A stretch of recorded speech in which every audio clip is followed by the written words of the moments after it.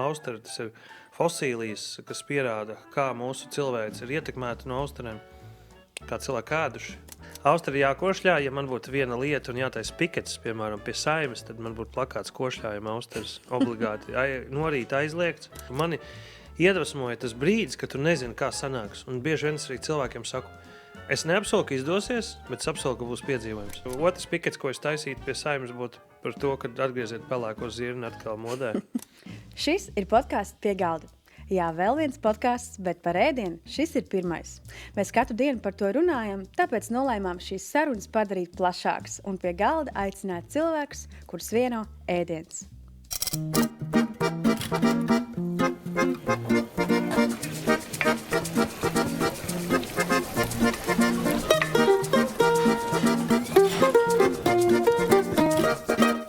Šajā epizodē pie galda uz sarunu esmu aicinājusi austeru pavēlnieku un cilvēku, kurš gatavo dabā, Renārs Purmalis. Čau, Renār. Čau. Pirmais jautājums ir, par ko tu gribēji kļūt bērnībā? Iespējams, varbūt tas bija viesmīlis, kad es uzliku netīru mājas lupatu vai trauku vielu uz rokas, jo tur nesāju turp šurp traukus. Vai arī, savos tur 12, 13 gados skatījos Egīla Zariņa Miksli un tur jau gatavoju. Vai arī, protams, kā arī mans dēls šobrīd grib kļūt par Lego konstruktoru izgudrotāju. Tas bija arī viena no manām idejām. Man interesē tavs sākums vispār tajā ceļā līdz pavāram. Kā tu nonāci šajā profesijā? Vai tā bija kaut kāda nejaušība, vai tas bija tavs apzināts tāds ceļš līdz šajā profesijā? Sākums bija neapzināts, jo es meklēju darbu jebkādā sfērā. Vienalga, ko galvenais, lai man kāds par to maksā, jo pēc vidusskolas es devos uz Gruziju brīvprātīgajā darbā, kur tik daudz naudas bija, lai izdzīvotu.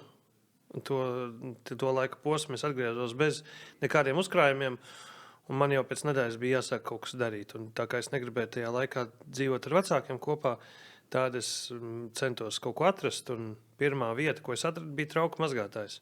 Kaut arī tajā laikā Aleksandrs, mans priekšnieks, to pozicionēja kā ļoti svarīgu amatu. Tu būsi atbildīgs par zāli, virtuves kvalitātes tīrību, un viņš man prezentēja ļoti šo amatu svarīgi, jo viņš saprata to, ka es varētu arī nobīties. Es teiktu, ka no trauku mazgātāja amata nav jābīstās. Tas varētu daudziem šķist tāds niecīgs, bet tas ir top amats virtuvē, jo nebūs trauku mazgātājs, restorāns nestrādās. Jā, un tālāk? Kā tu un tālāk tur bija divi advancēti šefi. Viens bija Sergejs un otrs Kārlis, un viņi man attīstīja šajā jautājumā. Interesanti, viens bija amerikānis un otrs bija vairāk uz Azerbaidžānas pusi, un viņi savā starpā viens runāja pārsvarā krieviski, otrs angliski. Vienīgā valoda, kas viņus apkopoja šajā virtuvē, bija latviešu valoda, un abi mācēja ļoti vāji, bet abi mācēja bļaut, un viens gribēja būt Vanabī Remzijs, otrs gribēja man tādu ar amerikāņu piesitienu izaudzināt, un tad es, kaut kādā brīdī es saņēmu to motivāciju. Man tajā laikā bija 20 gadi, nav tā, kad es studēju to kulināriju. Un tad šis Kārlis Celms, pavārs, joprojām labs draugs, viņš man teica, es negribu tādus vecas omītes, visu cieņu viņām arī, bet es negribu šeit kaut kādus random cilvēkus virtuvē. Es gribu tādus jaunus džekus kā tu, kuri grib un kuri cenšas. Tu pabeigsi mazgāt šos traukus, tad es tev došu filēt zivi, gaļu un griezt sviestu pupiņām galiņus nost. Tā kā tas ir tas, kas mani motivē. Viņš man redzēja, viņš uz mani bļāva, bet tajā pašā laikā viņš redzēja manī potenciālu. Un tad uz nākamo restorānu man uzaicināja jau kā pavāru palīgu kopā ar Sergeju restorānā Koja. Mēs tur nostrādājam kādu laiku. Un, mācījos darot, mācījos no pavāriem lieliem. Un tu man vispār asociējies ar 3 lietām. Ar austerēm, protams, ar skābmaizi un ar gatavošanu dabā. Un tad es domāju, kāpēc tu neizvēlējies kaut kādu klasisku ceļu iet, būt par šefpavāru restorānā, bet būt tādās salīdzinoši šaurās nišās? Tad tas tev bija tā apzināti, vai vienkārši dzīve iemeta tev šādas iespējas, un tu vienkārši tām gāji pretī? iespējams, tas ir mans raksturs, kuram grūti bija palikt pie viena, un tad es pie viena kaut kā tāda, kas man nepatika, un es atceros, ka pirmajā vietā mēs tur Cēzarmērķis taisījām no šādas eļas, un tad otrajā mēs jau izmantojam kaut ko lētāk, jo tā bija tāda bistro vieta, un tad es tā kā mēģināju saprast, kur ir starpība, un kam tiešām ir nozīme. Es iedzinājos tajā ēdiena būtībā, kam vispār ir nozīme, kāda jēga tev cept tur minūti no katras puses, tā grozot 3 reizes steiku, vai arī no katras puses pa 2 minūtēm negrozot. Nu, un tad es mēģināju saprast to jēgu, un es atradu tādu pavāru kā Hestons Blumentāls un viņa grāmatu. Viņš viesojās arī Latvijā.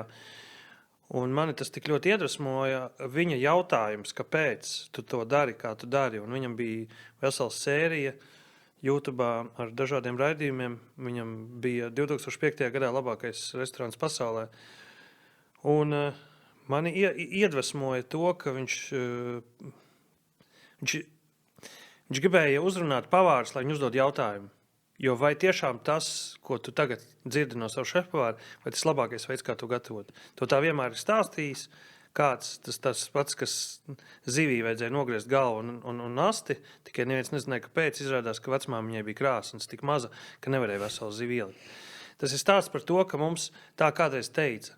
Līdzīgi kā par austrēm mums ir daudz mīti, kāpēc tā ir jādara vai šādi. Un tāpēc man vienmēr gribējies atrast, kāpēc. Un es atradu šajās te lietās potenciāli, kurā es varu rakt dziļi un tālu un meklēt tos atbildes. Par maizi, tāpēc, ka tik vienkārši, man patīk ļoti vienkāršas lietas, kur ir pāris sastāvdaļas, pāris mainīgie lielumi, kurus tu, kur atrod pašu labāko. Jo es saprotu, ka garšīgu maizi, vispār vārds garšīgi ir ļoti vienkārši. Garšīgu maizi nav grūti uztaisīt. Tu uztaisi garšīgu fakaču, jo garšu veido sāls, eļļa un ogļhidrāti. Tur ir garšīgi.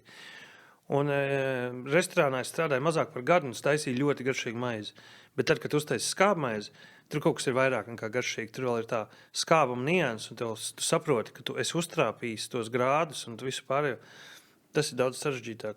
Par austrēm arī ir vesels sērijas, ko varētu stāstīt. Tāpēc, ka tā ir lasot grāmatas, skatoties video, ceļojot, strādājot, viss mani noveda pie tā, ka tas ir vairāk nekā produkts.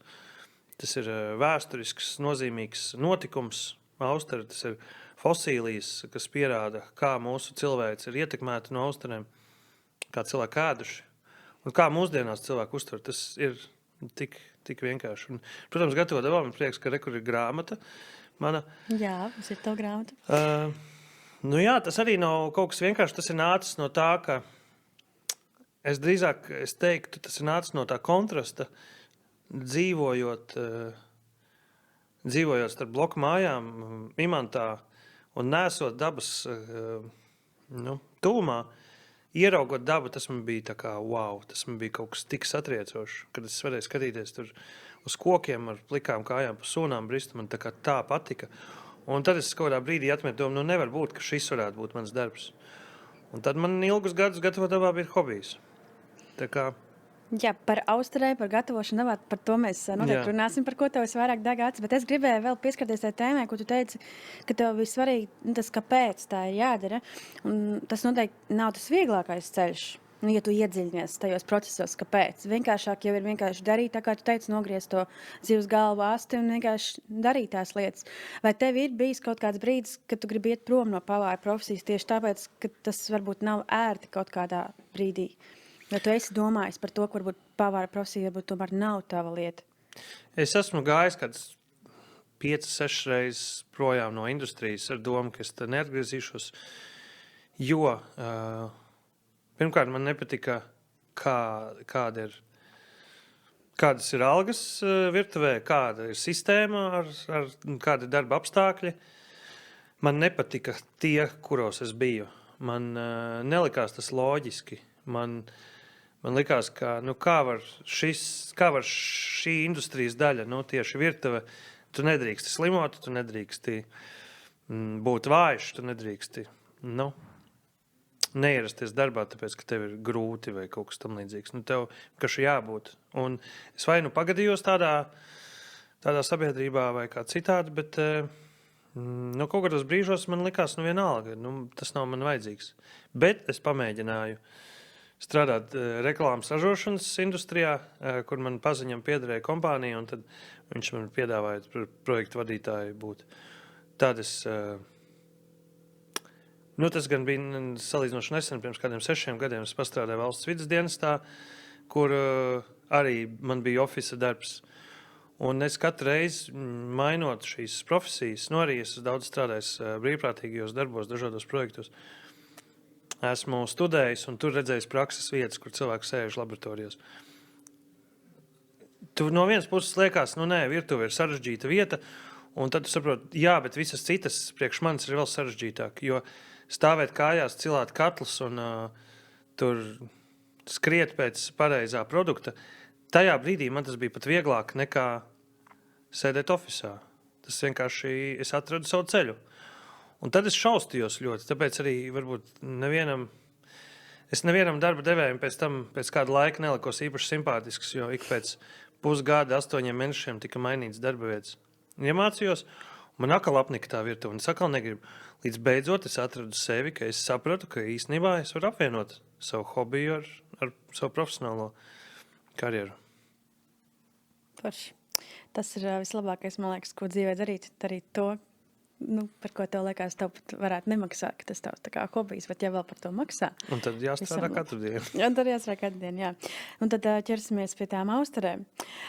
Es gribēju tev pajautāt, vai tā bija mīlestība no pirmā kumos ar austerēm, vai tomēr tas bija tāds ceļš līdz tam, ka tu sajūti, jā, šis ir kaut kas īpašs. Kā tur bija patiesībā? Tā bija mīlestība no 5. kumosa, jo pirmās 4 austeres es norīju, un es atceros, nu, tā sakrit, ka mēs ar vienu no maniem klasesbiedriem mēs reizē sākām strādāt restorānā, jo es gan es meklēju darbu, gan viņš, un tad mēs atradām šo vietu, mēs strādājām. Protams, tas bērnišķīgums no skolas bija palicis, mēs viens otru izjokojām, un tad, nezinu, uzdevām viens otram challenge, tur izdara to, apēd šito, pasaka viņam to, un tad vienā brīdī viņš saka, apēd austeri. Es saku, nu, pats apēd, nu, tā kā, un mēs mēs apēdām pāris austeres, bet es tā kā gluži pirmo neatceros, jo es redzēju, ka visi apkārt rī, neviens man neko neteica, un tad bija nākamais challenge pamēģina sakošļāt. Nu, tagad, es saku, nē, fuj, tu pamēģini, un tad beigās kāds no mums tur pirmais sakošļā nav būtiski, un tas bija tik labi. Nu, garšīgi. Ja tu saproti, jo vairāk es sapratu, jo man garšīgāk palika, un tagad pēc aptuveni 300,000 atvērta austeru es saprotu, cik tas ir labi, un man jo tālāk, jo labāk.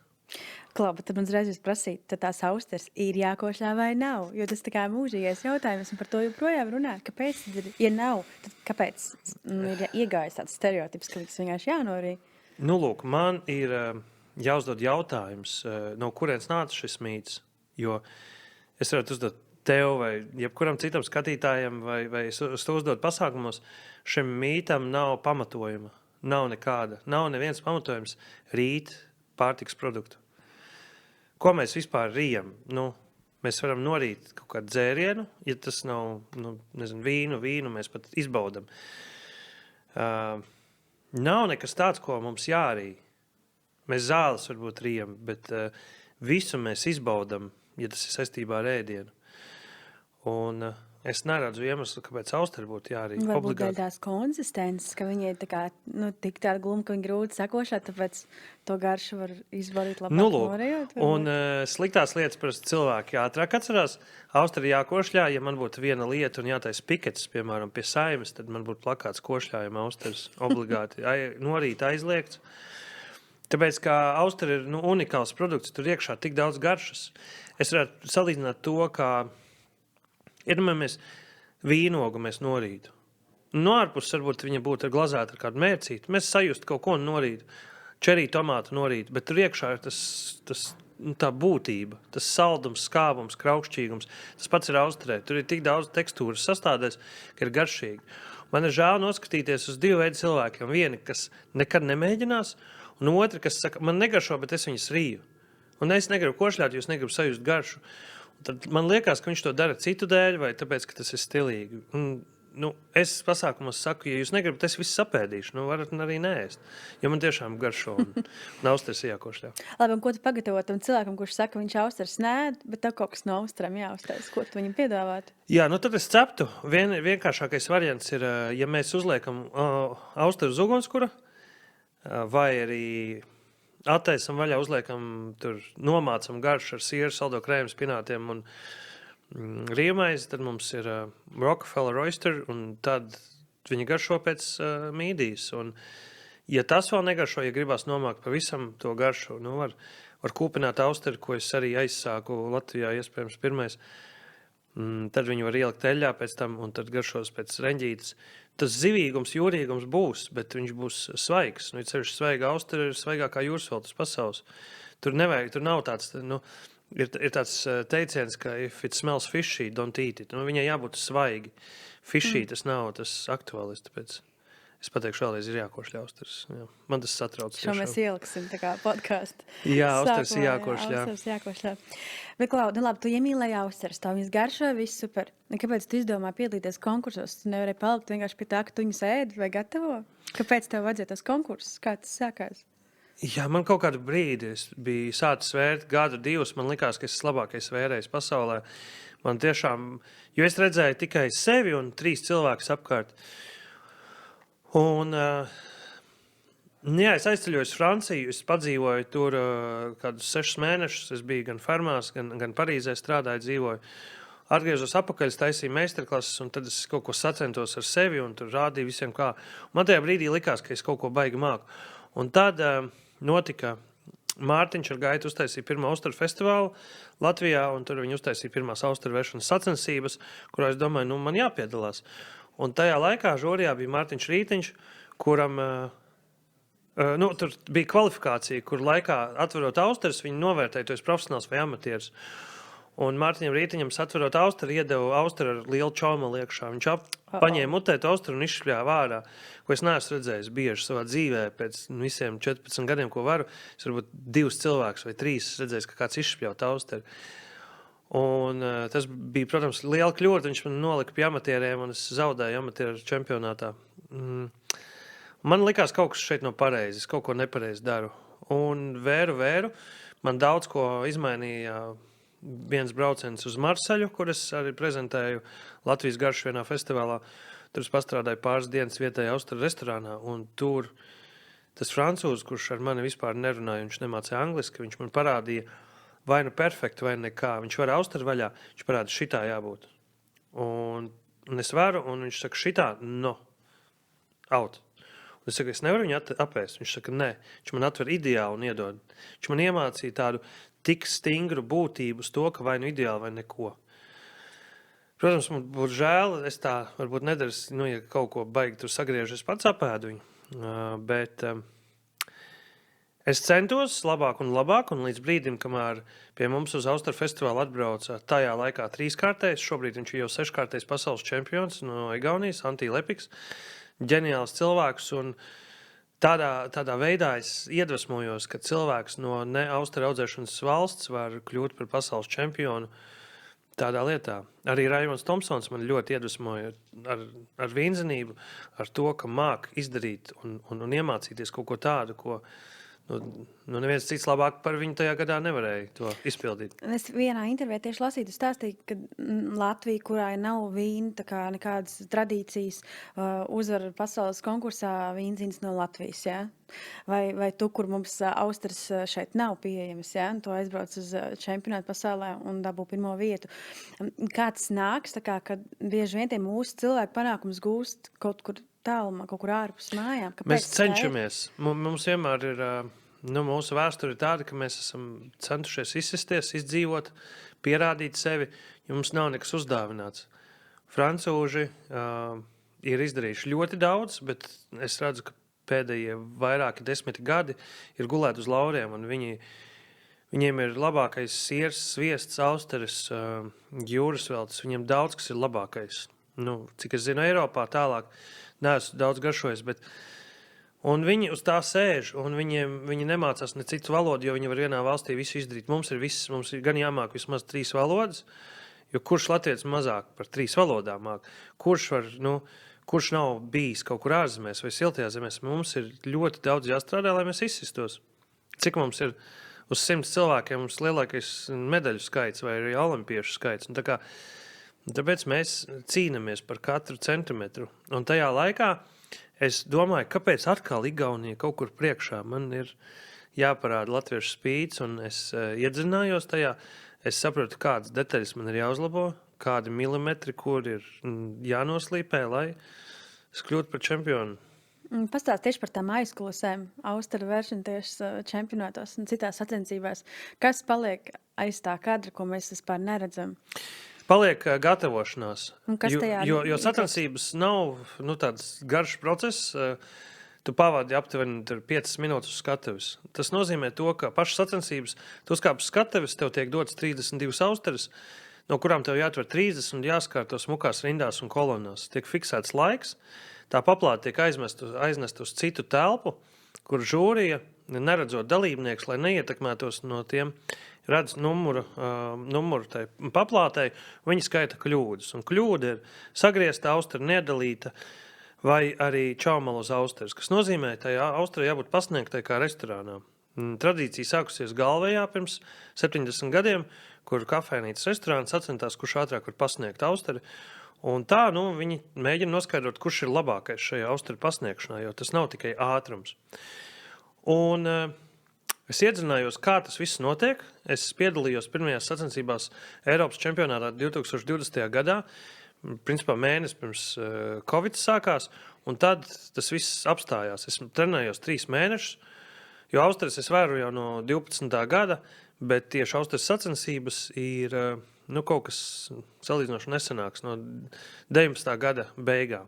Es saņēmu pirmo nopietno profesionālo austeru nazi, tad es sāku vērt vaļā uz ātrumu, un tad es aizbraucu uz pirmajām sacensībām. Protams, bija ļoti daudz kļūdas, un tad bija liels periods, kur pa vidu bija Covid, kur es komandā ar citiem cilvēkiem mēs izveidojām maizes konceptu Katkeviča maiznīcā, un īstenībā tajā laikā, kad mums vēl nebija maiznīca, es ļoti daudz ar rokām mīcīju maizi. 6 dienas nedēļā to rokām katru rītu 20 līdz 30 minūtes mīci maizi.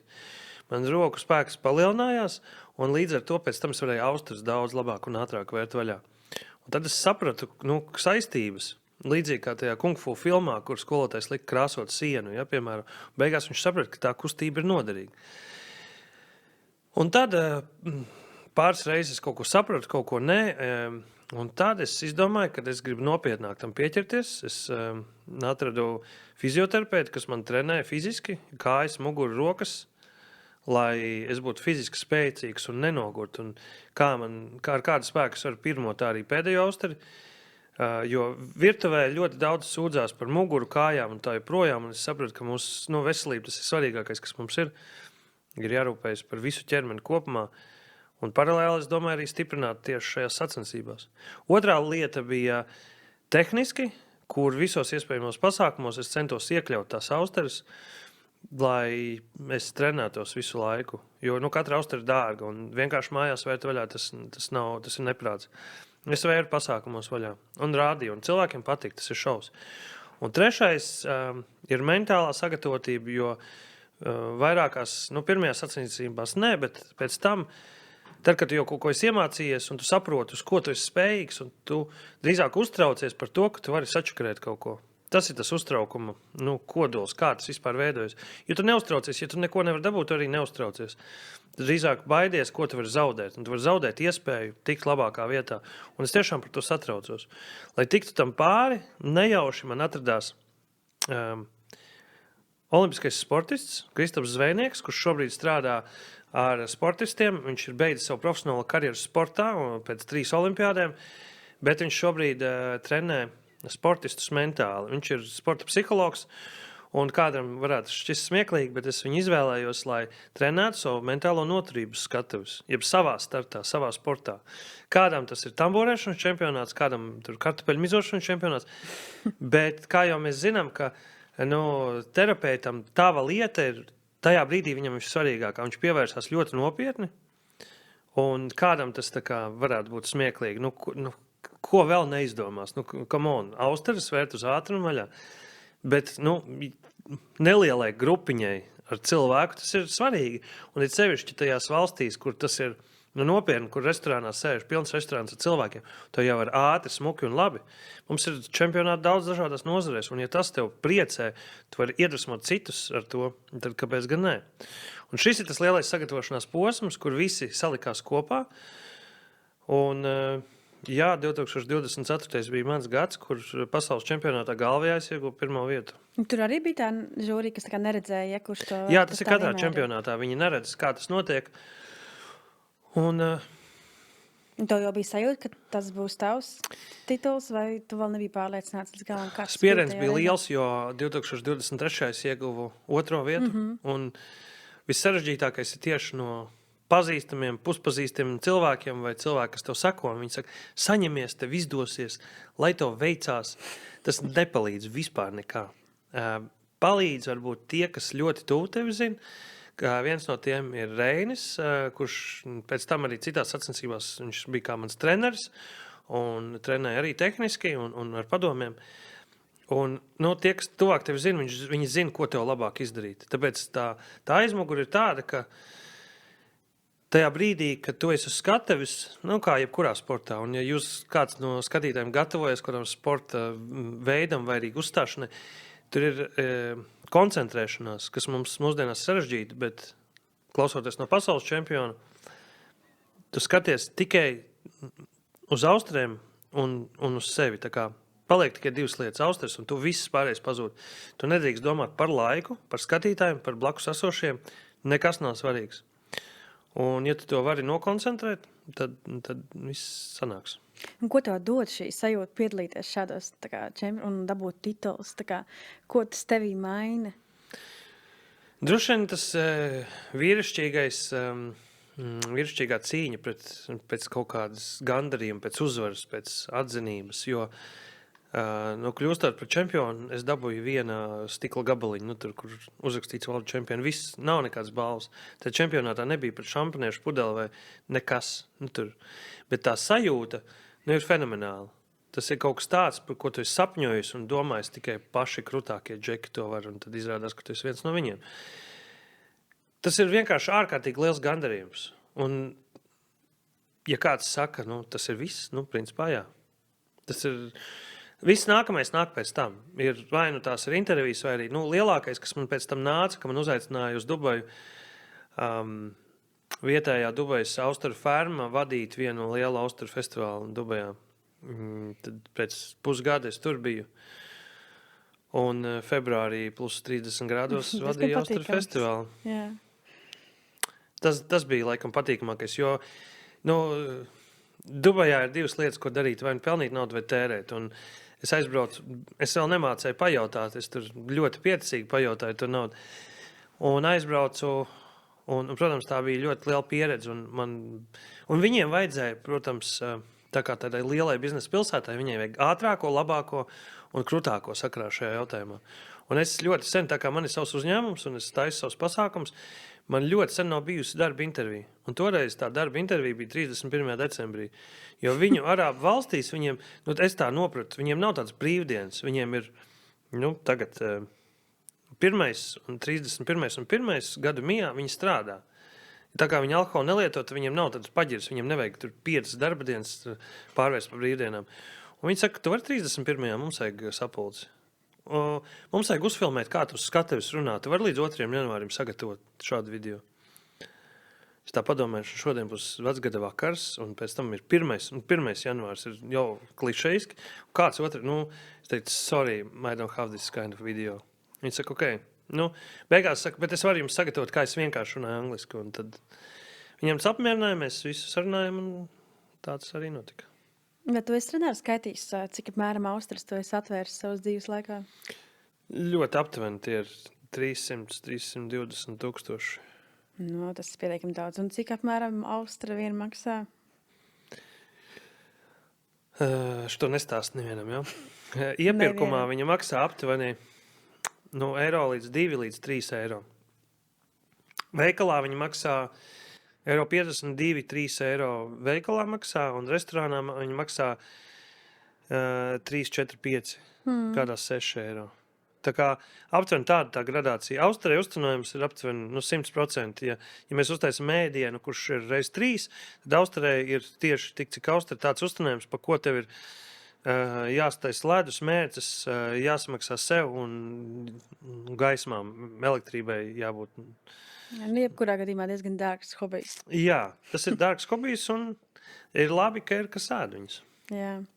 Kādā līmenī, tavuprāt, ir Latvija austeru ēšanā un austeru pasniegšanā? Mums ir uz ko tiekties, vai mēs esam tādā stabilā pozīcijā? Kāds tavs skatījums?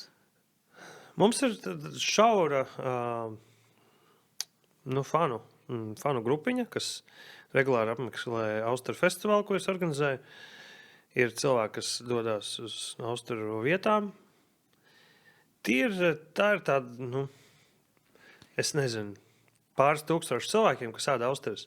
Un tad ir tā grupa, kas nezina, kas ir austeres, un tad es joprojām katru pasākumu pārsteidzu kādu, kurš nekad nav ēdis austeres. Un tas ir tas interesantākais. Es tos saucu par austeru nevainības laupīšanām, kad cilvēki pirmo reizi un tā visi ažiotāši, kā man tagad ēst, ko man tagad darīt, kā man tagad, Un iedomājieties, ja tu paņem, es nezinu, rupmaizi ar sīļķi, kā man tagad ēst. Un neviens cits produkts, ap ko tāda ažiotāža būtu. Tev neapnīk, kā to klausīties, tā kā negribas teikt, viss man tās austeres apnikušas, jo katru reizi kāds jautā, jākošā, nav jākošā, kā tur būs, kas man jādara, kā tur viņi rīt, nerīt. Es teiktu, man neapnīk. Man tas ir kaut kāda, man ir azars dažreiz. Ka man apnīk, ja man tā viegli apnīk, es atbildu kaut ko stulbāku vēl. Tāds, es nezinu, es varbūt nedaudz apvainojos uz to cilvēku. Un tad es saku, kurš tev tieši teica, kad austrē jārī? Viņš saka, tā visi saka. Es saku, parādi tos visus. Tā visās filmās rāda. Es saku, ja tu atradīsi filmu, kurā rīja austeres, un par to runā, ka rīja austeres, vai literatūra, vai jebkādu citu avotu, es tev samaksāšu 100 eiro reizi. Jo es neesmu tādu atradis. Misterā Bīnā viņš nerīja austeres. Visi par to runā.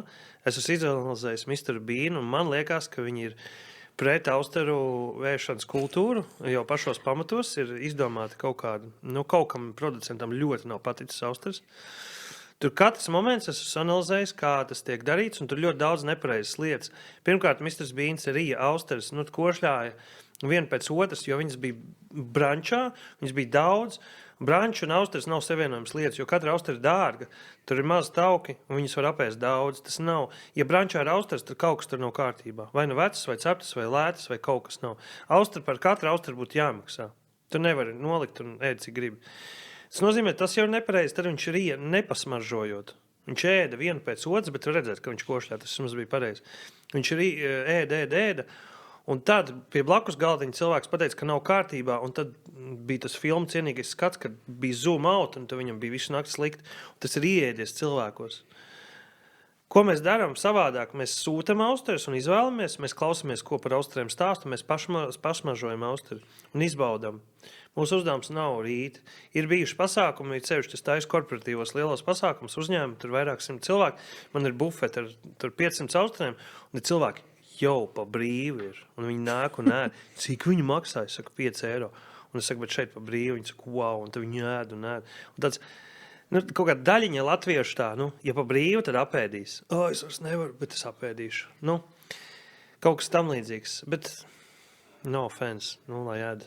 Tas ir labi. Ļoti labi, ka tu esi šajā sarunā. Mēs te liksim, tā kā austeres nav jārī, viņas jākošļā, mēs popularizēsim šo un cerams, tā situācija mainīsies. Vai ne? Jā. Vēl viens tavs dzīves pagrieziens ir gatavošana dabā. Bija tāds raidījums Gatavo dabā. bija arī grāmata, salīdzinoši nesen iznākusi. Tas bija arī tāds apzināts ceļš uz to, vai tā bija nejaušība, bija tas raidījums, un tad tu vienkārši, jo tu pēc tam sāki tikai ar to nodarboties arī, tā kā pārējo visu laiku vadīt šos korporatīvos un vienkārši pārgājiens ar cilvēkiem, kur pēc tam tiek gatavots dabā un pēc tam kopā arī baudīt to maltīti. Kāds bija tas ceļš līdz tam visam? Tas ceļš bija tāds, kad es iesaistījos nevalstiskajā organizācijā Jaunie vanagi, kas organizē bērnu un jauniešu nometnes, seminārus, piedzīves sacīkstes, un 99% pasākumu notika pie dabas. Organizācija dibināta 92. gadā, un tur es sajūtu, kad es varēju izpausties, un arī pie reizes, tā kā mēs pavadījām vairākas dienas vai lauju braucienus pie dabas, mēs gatavojām. Un pārvārīt rīsi, makaroni lielā katlā, kur ir vienkārši putras veidolā, vai arī tur melna baltmaize sadedzināta, tas viss bija ok, ir pietiekams daudzums kečupa. Tā kā tas viss garšoja normāli. Un tad, kad es sāku strādāt restorānā, tur par trauku mazgātāju pavāru, palīgu pavāru, tad es sapratu, ka lietas var darīt labāk, kā piemēram zupā nevis vienkārši liels katls un samest visu, bet to liels katls ielikt tur eļļu sviestiņu, apcept katru dārzenīti atsevišķi, tad salikt kopā, tad uzvārīt buljonu, salikt un tad uztaisīt zupu tā kā veselu, ģeniālu ēdienu, nevis vienkārši ūdens ar dārziņiem un gaļu varbūt. Līdz ar ko es sapratu, kā lietas notiek, un tad es sāku gatavot nopietnāk pie dabas, kad bija jau man tas fons ar dabā būšanu, es jutos tur ērti, komfortabli, un parādījās zināšanas par gatavošanu. Un tad tajā pašā laikā Mārim Oltim iznāca grāmata Ēst ir tavā dabā, un tas man ļoti iespaidoja. Tā kā, ja kādreiz liekas, ka jūsu grāmata var tur, tā viena tad viņa viena no grāmatām man izmainīja manu dzīvi. Tur bija tajā laikā visi populārie šefpavāri, kuri tur devās pie dabas un gatavoja ar viņu. Un tad es... Protams, es esmu Mārim to vairākas reizes teicis, un tad, kad mēs filmējām raidījumu, un otrā sērija bija pie viņa, toreiz es to teicu vienreiz, tad otrreiz, un tā kā vairākas reizes pateicos par to, ka viņš manu dzīvi ir izmainījis. Un tas ir iespējīgi, tā kā es izlasīju to grāmatu, kaut kādas receptes atkārtoju, un tad radās jaunas receptes, tad es izdomāju, tur daudz lasīju, skatījos, Francija, kad es tur dzīvoju kādu laiku, tas bija labs posms, kurā daudz lasīt grāmatas un saprast kaut ko. Un tad tās virtuves zināšanas liku dabā, un tad mēs taisījām pasākumus. Atradu dombiedrus, un tā mēs taisījām. Un kā daba maina to tavu pavāru domāšanu atšķirībā no strādāšanas tā kā profesionālā virtuvē, kur visas tehnika ir, ar dabu, kur tā kā nekā no tā viss nav, un tev ir jāiztiek ar to, kas ir, tev paņemts tur mugursomā līdzi vai vienalga. Es mainīju savu viedokli par to, ka, kā tu saki, dabā nekā nav.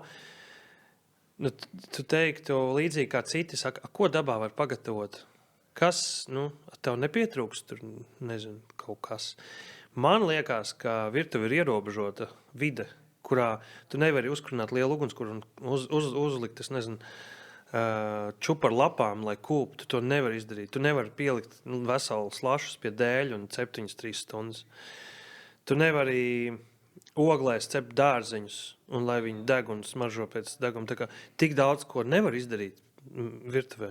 Man liekas, kā to nevar izdarīt? Un tad saka, bet vai tu vari uzcept maizi? Jā, es esmu ceps arī kāzās brokastīs maizi, katlos vairākos čugunu. Un cepis, tepat tās grāmatā var atrast gan šokolādes kūku, gan bezē ruleti, visu kaut ko var izdarīt pie dabas. Un mani iedvesmoja tas brīdis, kad tu nezini, kā sanāks. Un bieži vien es arī cilvēkiem saku, es neapsolu, ka izdosies, bet es apsolu, ka būs piedzīvojums. Jo mūsdienās cilvēki, pāriest var visur. Pāriest garšīgi var ļoti daudz vietās, un pāriest garšīgi un lēti arī var daudz vietās.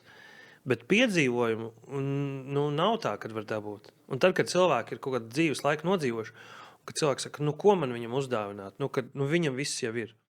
Vai arī tas, kas ir, vai tas, kas nav, es vairs nevaru nopirkt. Piedzīvojums ir tas, ka, vai jūs, piemēram, es jau nomainīju tēmu, bet ja jums kādreiz vajag uzdāvināt kādam piedzīvojumu, došanos uz kaut kurienu ar kādu, aiziet kopā pārgājienā vai kopā pagatavotas kaut kas, uztaisiet mājas restorānu un uzaiciniet to cilvēku, kas iemos.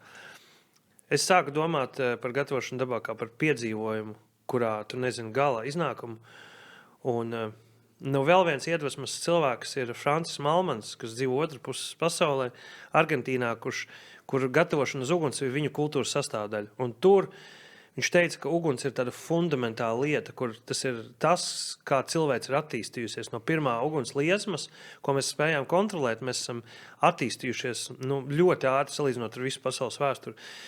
Un, ja cilvēks, kurš ir apkārt indukcijas plīts, kafiju, ko var uztaisīt ar podziņu un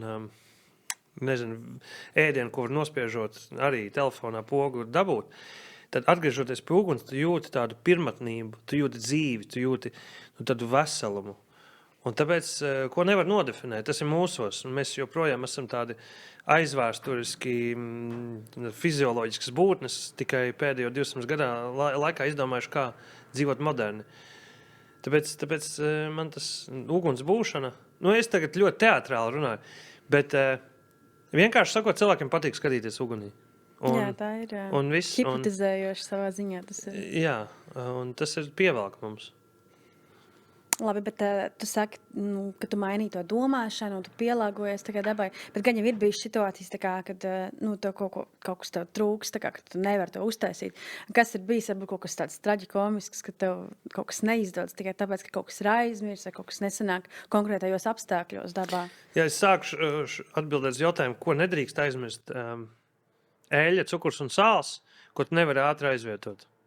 Tas ir tas, ko vienmēr līdzi. Es esmu pat ielicis tā kā mašīnas, tur, kur rezervas ritenis, tur man stāv, jo var gadīties aizmirst, un tu nedrīksti nejauši aizmirst. Ir lietas, ja tas ir darbs, tu nedrīkst uz šo podcastu aizmirst kameru. Vienkārši tu nevar, sāli nevar aizmirst, nedrīkst. Ir bijis tā, ka ir bijuši gadījumi, man dažreiz vai es gatavoju kopā ar cilvēkiem, vai es gatavoju kādam, un ir bijis tā, ka es gatavoju komandai, kura nāk, un toreiz man bija tāds ātrs posms, ātrs checkpoints, kur viņi atnāk pēdu un iet tālāk. Es biju citu pasākumu ietvaros, kā āra gatavotāja ēdinātājs nodrošināts. Un viņi nāk, un man tajā brīdī tas lielais katls ar ūdeni, kurā man jāliek makaroni, aptuveni 50 metru attālumā, kopš, pirms viņi ir klāti, man tas katls izgāžās viss un nodzēš ugunskura. Un man nav ēdienas, ko piedāvāt, nosacīt klientam. Viņi pienāk klāt un es saku, sveicināt, šis ir gatavo dabā uzdevums, jums jāsals malki, jāikur un liels ugunskurs, mums jāuzvēr makaroni. Jo tas pasākums bija fleksibls, un tad es tur pavadīju pusotru stundu, jo bija milzīgs vējš, bija augstums, ap 0 grādi, bija slapš, un kopš viņi iesaistījās, no tā brīža pagāja 20 minūtes, kopš izvārītiem makaroniem, tur bija luksus tušonka, tā varētu teikt. Viņi taču nenojūt, ka tā ir bijis problēma pirms 20 minūtēm. Ir bijuši arī, kad kaut kas sadeg, piedeg, apdedzinās rokā. Visādas nianses ir bijušas, bet man patīk, kā man vidusskolā biznesa vadības skolotāja teica, kuru tas interesē. Tev vai ir darbs vai nav, tev jāatnāk un jāprezentē. Ja tev nebūs, paņems citu. Tāpēc, diemžēl, bet šai pasaulē zaudētāji neinteresē. Šī ir ļoti skarba pasaule, viņa paliek vēl skarbāk, un tāpēc, ir jāpacenšās. Labi, atgriezīsimies pie iekštelpām, pie restorānu jomas. Gribēju zināt tavas domas par to, vai Latvijā restorāni ir atbilstoši pasaules līmenim, vai mēs tomēr nedaudz izliekamies, ka mēs arī esam līmenī. Es teiktu, mums ir augstāks līmenis nekā vidēji pasaulē. Daudz augstāks. Tāpēc, kā mūsu centīgie latvieši ar sprīdīšā sindromu ir izceļojuši un atveduši šeit ļoti labu kvalitāti. Viņi ir izspieduši, un tā finansiālā situācija, kur tev nav naudas, tev jāmācās iztikt, un visi šie zero waste konkursi un nodokļi, kas spiež. Kā jau minēju, nevienam neinteresē zaudētāji, un visi mēģina izdzīvot un mēģina parādīt labāko. Es redzu ļoti tagad pēdējais bums, tur pāris kafejnīcas, kā es saucu, restorāns aizvērās, bet ir daudz atvēršās. Un tas kults no fine dininga, jeb vārds restorāns Latvijā, nav sena lieta. Pēdējie 10 gadi no rītiņš ir ievedis restorānu tādu īstu Latvijā. Ir forši. Uz labu vietu Latvijas parastais aizies vienu reizi. Viens otram prasa, kā tev tur gāja. Bija ļoti garšīgi, fenomenāli sēdiens, lieliski apkalpošana, bet es vairs neiešu, jo es gribu kaut kur citur arī pagaršot. Un tie izdzīvo tie restorāni, kuros atnāk vēlreiz. Kaut kas pievelk.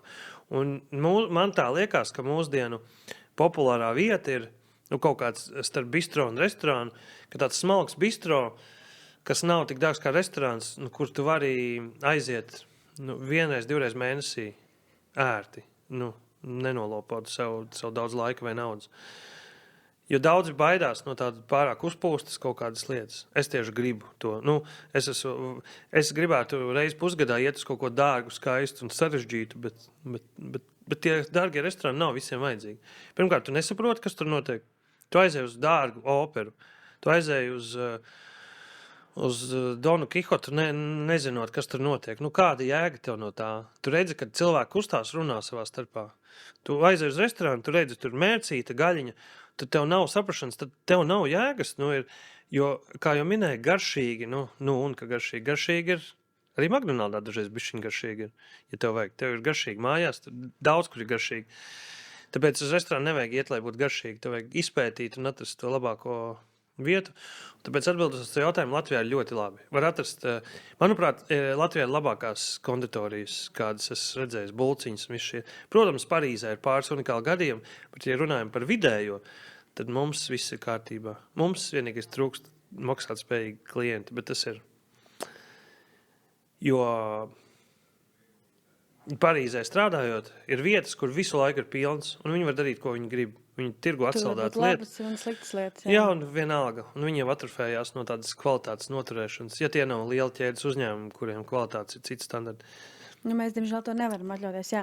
Bet tu teici, mēs Latvijā esam tā kā sprīdīši, bet, ja runā, piemēram, par Michelin zvaigznēm, tad Lietuva un Igaunija ir mūs apsteigusi. Kāpēc tad mēs nevarējam būt pirmie, kas dabūja zvaigzni? Ja bija Igaunija, tad mēs, Lietuva bija trešie zvaigžņu dabūšanā. Varbūt viņiem tagad ir vairāk. Bet Lietuvā ir vairāk. Jā, tā varētu būt.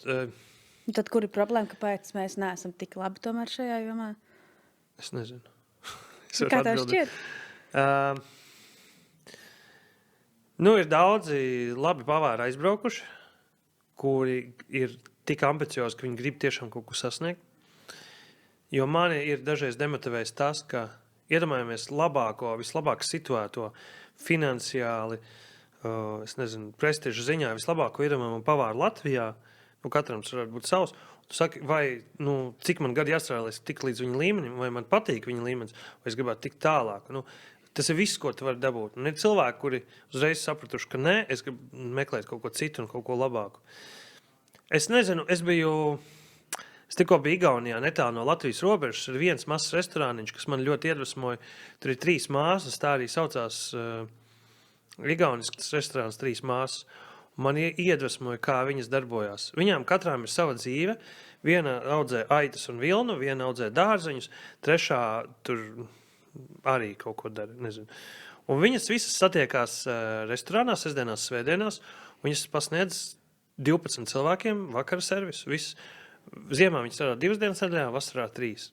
12 cilvēkiem uztais ēst, viņi taisa savu. Rekur mūsu marināts, rekur mūsu tas, rekur mūsu kaimiņš atnes sēnes, ko mēs izkaltējam, tagad pasniedzam jums. Jā, tas ir varbūt.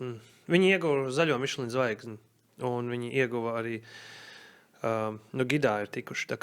Bet jautājums, vai tas ir biznes, vai tas ir vienkārši tā kā dārgs hobijs, vai tas ir biznes? Nezinu. Ja viņi var tā kā dzīvot, nodrošināt savu dzīvi, tā kā atveroties tur pāris dienas nedēļā un uzņemot tikai 12 cilvēkus. Latvijā daudzi restorāni nav biznesa. Tas ir, daži arī lielie, kas ir aizvēršies, vienkārši īpašniekam apnika sponsorēt. Manuprāt, ir viesnīcu restorāni, kuri nav paredzēti, lai pelnītu. Viņi ir paredzēti, lai uzturētu kvalitāti, labas brokastis un vakariņas, lai cilvēkus atstātu viesnīcā. Labi, ko tu ieteiktu mainīt, tad, lai strateģiski mainīt, lai šie restorāni ar tiem lieliem nosaukumiem neaizvērtos ciet? Man patiktu drīzāk, kas Dānijā notiek, ka kulinārija uztver kā mākslas veidu. Kā kulinārija, kas ir tāda valstī nozīmīga un reprezentatīva, tā tiek varbūt subsidēta caur kaut kādiem konkursiem, pasākumiem, nezinu, jebko citu, lai tikai atbalstītu šo restorānu. ģeniāls piemērs, tur pavāra māja, kas ir pirmais un vienīgais pagaidām zaļās Michelin zvaigznes restorāns Latvijā, un viņi tādā vietā, un viņi strādā nenormāli, tā kā sarežģīti, lai tiktu pie šiem viesiem, lai viņi atbrauktu līdz Līgatnē, gan vietējiem, gan arī Baltijas cilvēkiem. Es nezinu, varbūt tas ir kaut kas tāds, kas finansiāli atbalstītu valsts nozīmīgus restorānus. Jo es neredzu, ka valstī ir pienesums no suši un burgeru restorāniem. Tas ir vienkārši, lai paēdinātu tautu, bet ja mēs runājam par kulturālo sadaļu, kur pasniedz kaut cik nacionālās ēdienas, pasniedz rupmaizi, kaņepes, kaut ko, es tā fantazēju. Tad cilvēki vienkārši principi pēc ieliks ēdienkartē kaņepes ēkliņas. Varbūt, es nezinu, bet varbūt tas ir kaut kāds konkurss, varbūt tikpat labi mūziķis, jau arī ir mūziķi, kuri tiek atbalstīti no valsts puses, kuriem kultūra kapitāla fonds piešķir kaut kādu naudu. Tikpat labi kultūra kapitāla fonds var par kultūru pienesumu piešķirt naudu vai arī, sponsorēt grāmatas vai kaut ko tam līdzīgi, lai to Latvijas kultūrālo mantojumu saglabātu. Varbūt tas būtu viens veids. Jo dzīvojot Gruzijā, es redzēju, cik viņi ļoti lepojas ar savu ēdienu. Viņi to vien dara, kā tikai savu ēdienu. Tur mans kinkāls. Pīcis, burgeris, suši, vai ne? Mēs esam varbūt tādā pārejas posmā, jo mēs arī atgriežamies. Otrs pikets, ko es taisītu pie Saeimas, būtu par to, kad atgrieziet pelēko zirni atkal modē. Jo viņš ir tikai Ziemassvētkos, bet izrādās viņš veiklā visu caur gadu. 25% no visas svara ir mūsdienā populārākais vārds kulinārijā, bet ēdināšanā ir proteīns. Tas nozīmē, viņš ir bagātāks ar proteīnu nekā ļoti daudz produktu, uz kuriem rakstīts proteīns. Tas nozīmē to, ka mēs varam pacelt šo vēl nebijušo augstumos pelēko zirni, padarīt to dārgu. Man patīk arī tas, ka visos pavāru konkursos, kurus esmu dzirdējis, ir iekļauts reņģes, piemēram, kas mums ir daudz, bet viņas ir sarežģītas, jo tur nav taukvielu daudz. Un viņa nav garšīga pati par sevi. Tāpēc ir daudz, kas jāliek klāt. Man patīk arī, ka restorānos iekļauj šādu, kas nav viegli. Tā kā nostīt negaršīgos produktus. Vai dūņainās zivis, taisīt visādas kroketes. Tas nav viegli. Vieglāk ir nopirkt paltus filēju, sasaldāt, kas tev porciju atsaldē un uzcep pasniedz. Tas ir vieglākais. Tev varētu saukt arī par tādu kā Latvijas garšu pētnieku, jo tu ļoti daudz attiec cilvēkus un gatavo viņiem. Varbūt tev ir izkristalizējies kaut kāds viedoklis par to, kāds ir mūsdienu patērētājs attiecībā uz ēdienu. Kas šobrīd mūsdienās cilvēkam ir svarīgi, kas viņiem garšo, ko viņi sagaida no ēdināšanas? Manuprāt, viņi darba dienās grib paēst 5 eiro, viņi grib paēst ātri un pusdienās negrib tērēt daudz naudas. Vakariņas viņi grib ēst tikai tad, kad ir svētki. Ārpus mājas. Jā, un tad, kad ir kāds īpašs notikums. Tas iespējams būtu vidējais, aritmētiskais. Un, lai ir interesanti, es redzu to mainību, un mums nav pierast tā kā latvietis parastais tā, jo es tagad daudz restorāniem, kur viņš vēl atgriezīsies vienā vietā daudzreiz. Tas ir tas sarežģītais, tāpēc arī restorāni taisa tos biznesa piedāvājumus, lai kaut kādu kustību uzturētu, lai vienkārši atmaksātos. Dažreiz saka, ka pusdienas vienkārši tev atpelna par nulēm to strādāšanu. Jo pa dienu, ja restorāns ir vakar restorāns, visi tāpatās nāk, pavāri nāk 10, 11, 12, strādā 5-6 stundas pirms restorāns ir atvēries un 1 eiro ir iesists. Tāpēc, ja tu atver uz pusdienu laiku, tu pārdod vismaz kādas kafijas, tu pārdod tās pašas pusdienas, atcīt pa nulēm, un tad jau pa nulēm tas nozīmē, tie darbinieki, kas taisa sagatavs, ir atpelnījušies, un tad tu vakarā var sākt pelnīt. Tāpēc, tam ēdinātājiem jāizdomā, kā cilvēks paēdināt interesanti, garšīgi un latviski un smeķīgi, kā latvietis teiktu. Es tagad gribu uzdot vienu provokatīvu jautājumu.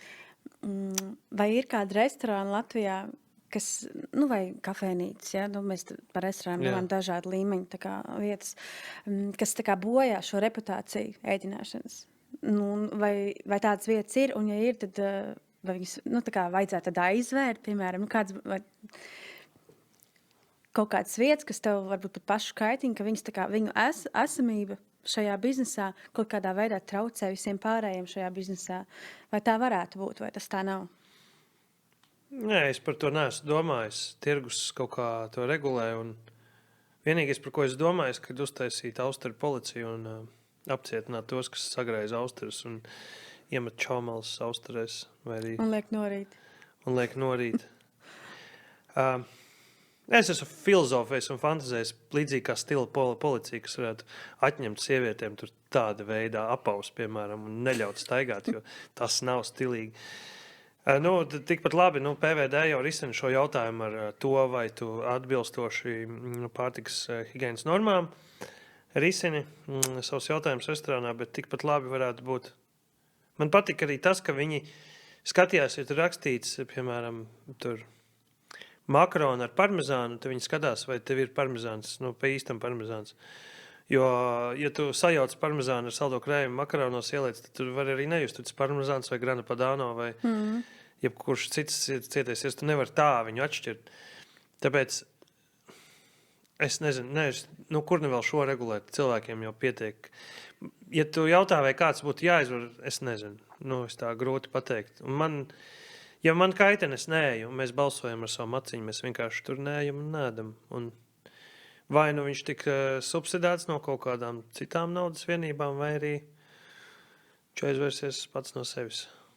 Bet ir bijuši restorāni, kur tu iekšā un skaties, šim es dodu pusgada maksimums. Tu redzi, ka tu redzi, viss ir nepareizi. Galdi, apkalpojušies personāls, virtuve, ēdienkārt. Nav pareizi nekas. Izskatās, ka cilvēks, un arī bijis tā, ka latvieši es gribu savu restorānu. Kāpēc? Tāpēc, ka es gribu. Kā Mārtiņš Sirmais teica, viņš konsultējas daudzus cilvēkus, un daudziem saka, tu labāk nopēc jahtu, aizbrauc uz vidusjūru, pusgadu paceļo, tu mazāk zaudēsi šādā veidā, un tu iegūsi savu lielisku apdegumu un atpūtīsies. Iespējams, tā ir kaut kāda romantizēšana vienkārši par to, ka daudziem tāds sauc par savu kafejnīcu, viņiem par savu tu sēdēsi kafiju dzersi, un tevi draugi nāks ciemos, un draugi prasīs atlaidus. jā, tāds būtu, jā. Tā skaudrā realitāte. Noslēgumā man tā jautājums ir, ja tu vari izvēlēties jebkuru cilvēku, kuru aicināt uz vakariņām, kas būtu šis cilvēks un ko tu viņam gribētu pagatavot? Es baidītos droši vien gatavot. Nē, es zinu. Tas visdrīzāk ir Marko Piervaita pavārs, kur es satiku Dubajā. Man patīk realistiski skatīties uz lietām, un viņš bija tādā attālumā, ka es ar tevi sēžu. Bet es nepajautāju viņa autogrāfu tikai tāpēc, ka man bija plāns ar viņu satikties.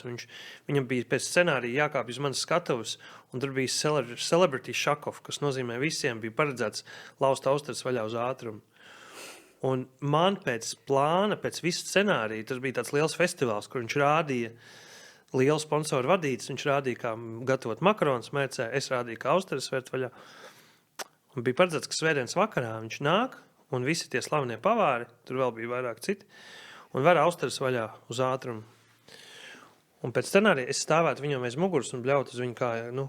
Es tā biju iztēlojies. Viss bija paredzēts. Viņš satraumēja kāju un aizbrauc uz viesnīcu. Un es skatos, un es domāju, nav tas tā, bet tie, kas nezina, Marko Piervaits tā ir leģenda, tas ir superstārs, tas ir džeks, kas iemācīja Gordonam Ramsayam gatavot, tas ir, viņš ir izmainījis kulināro dzīvi, viņš ir tāds